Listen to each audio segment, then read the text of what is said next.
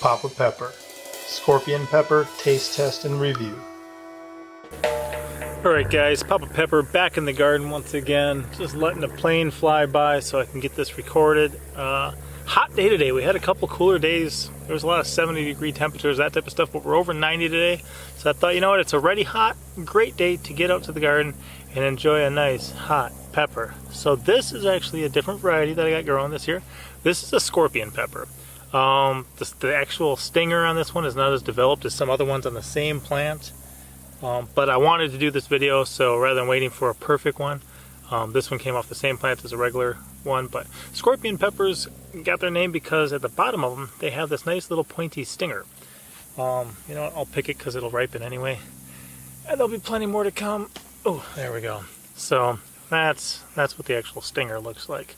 You can see this guy's still green and orange, so it's not where I want it to be for eating. I want a nice red one that's ripe and ready.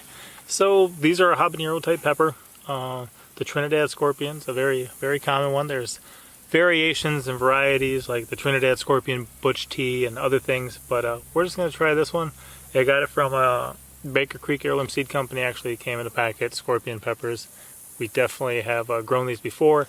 I just didn't have any seeds available that I could find, so when I was there, I'm like, you know, let's get some of these and do it. So expect this one to be hot, expect this one to be very flavorful, expect this one to kind of have a similar effect on me to that the Ghost did, and we'll enjoy that. We got Reapers coming up and some other ones too, so let's get this started, huh? Oh yeah. Oh man, that hits.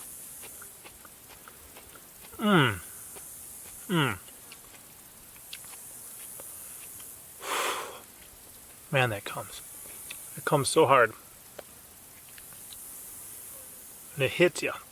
Oof. It is. It's got that flavor, much like a ghost pepper does. It tastes very similar.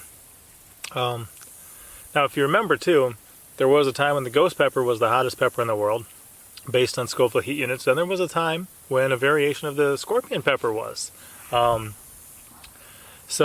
And then of course the Reaper was as well. So as I enjoy these, they're all going to be right up there in that same level, which is, oh, oof. Got a little chunk of the hotness just caught my throat there for a minute. So let's describe it. First of all, the flavor. It has a flavor as well. It's not just heat. There's a flavor as well. It's specific. It is very reminiscent of a Boot Jolokia, of the ghost pepper.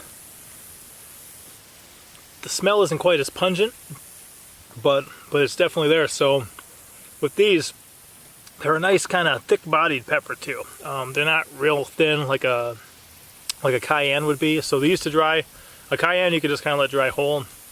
These cut in half first, because otherwise it'll trap moisture within itself and it'll kind of rot and mold from the inside out. Ooh. So because it's a thicker one, it gets all caught in between your molars and stuff like that, the different parts of the skin, seeds, and things. And wow, this one is hitting good.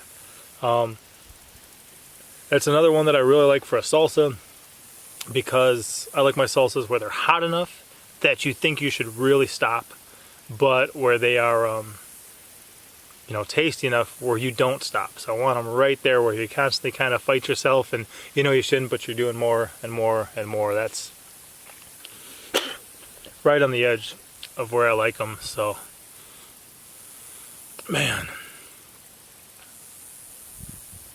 And one thing that people like to do with these hot peppers too is I cut them in half. I can dry them in the sun, dry them in a vehicle, dry them in a dehydrator. But once they're perfectly dry, I like to pretty much take them in like a coffee grinder or something, make them just into a fresh powder, and that is a great thing to use out here in the garden because squirrels and other things come out and they wreak havoc on your garden, where if everything's kind of covered in nice dusting of hot peppers, squirrels aren't like us. You know, they don't grab their food and go wash it off and then eat it. So when they take a bite of it or nibble, that pepper is there waiting for them. That capsaicin is covering things and really lets them know to quit monkeying with your stuff. So this is a great pepper. One that I definitely love. I don't grow as many of them as I do the Ghosts. They do produce very well. They do. I'll show you that quick. So here's the one I picked both of those off. And I mean, there's, even just on this branch, there's another 20 peppers coming in. They're everywhere. And it's got another branch with, you know, looks like another 20. And it's got a bunch of other branches, so a big thing. I didn't prune it at all this year. Just let it run. I've got a number of them here, so you can see more ripe ones hiding in the middle.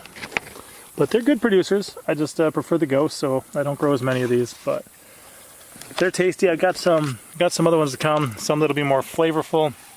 Some that'll keep it in line with the super hots.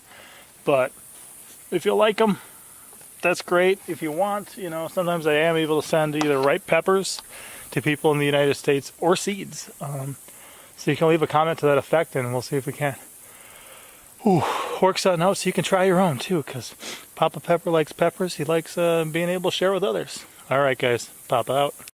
As always, I'm Papa Pepper, and I'd like to remind you, don't post for free. If you'd like to be part of a revolution in social media, an economic power to the people where users can actually blog for cryptocurrency, then I'd recommend that you check out steemit.com and join the revolution. Papa out.